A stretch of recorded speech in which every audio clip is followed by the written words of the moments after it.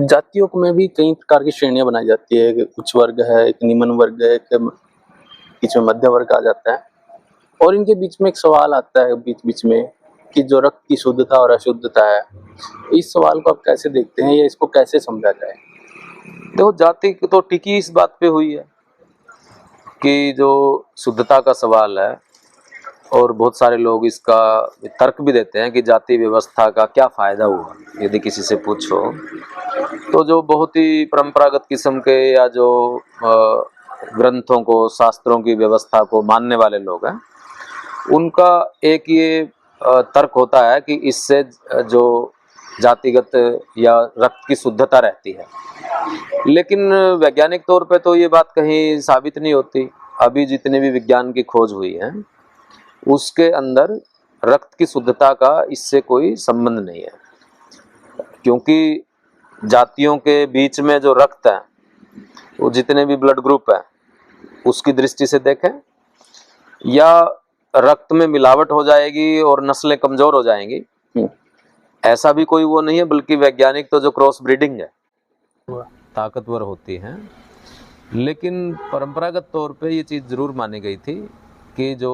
शुद्धता है उसको बनाए रखने के लिए ये व्यवस्था बनाई गई है। ऐसा लोग बहुत सारे बोलते हैं, पर इस बात में कोई दम नहीं है वैज्ञानिक तौर पे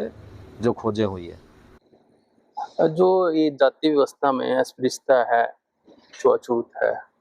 ये कैसे बनी और इसका कोई भौतिक जो आधार है या आज के समाज में हम अगर इसको समझे, इसको क्या कारण बनता है? जो अस्पृश्यता है, मेरी समझ से कि जातियों में जिन लोगों को दूर रखा गया अपने समाज से, उसी ये पवित्रता, अपवित्रता, शुद्धता और इसका वो है कि कुछ जातियों को या कुछ समुदायों को, वर्गों को, मानव समाजों को,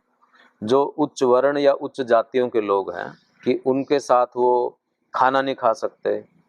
कुछ जातियों के साथ वो वैवाहिक संबंध नहीं बना सकते, कुछ जातियों के साथ वो पानी भी नहीं पी सकते, और कुछ जातियों को वो छू भी नहीं सकते। तो ये जो जितनी वो चीज़ें बनाई, उससे ही अस्पृश्यता का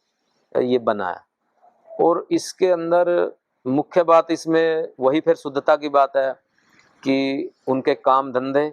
और उनके खान पान, वही अशुद्धता का जो सवाल इसके अंदर मुख्य रूप से पवित्रता का, शुचिता का जो सवाल है, उसी से ही अस्पृश्यता की वो बनाई गई। लेकिन ये तो एक शास्त्रीय बात है जी।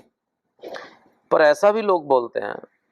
कि जिन लोगों ने इस व्यवस्था को मानने से इनकार कर दिया, ऊंच नीच की इस व्यवस्था को, कि उनको समाज से दूर करने के लिए, समाज से अलग करने के सजा के तौर पे उनको बहिष्कृत किया गया और उनका सामाजिक बहिष्कार किया गया, कि उनको सजा देने के लिए कोई उनके साथ व्यवहार नहीं करेगा, क्योंकि मनुष्य एक सामाजिक प्राणी है। और आज भी जब हम देखते हैं, जब भी कोई ऐसा दो निम्न और उच्च जातियों के बीच में गांव में कोई विरोध होता है, या कोई अपनी जो दिहाड़ी बढ़वाने के मसले होते हैं, उस पे सबसे बड़ी सज़ा क्या दी जाती है? उस पे बहिष्कार किया जाता है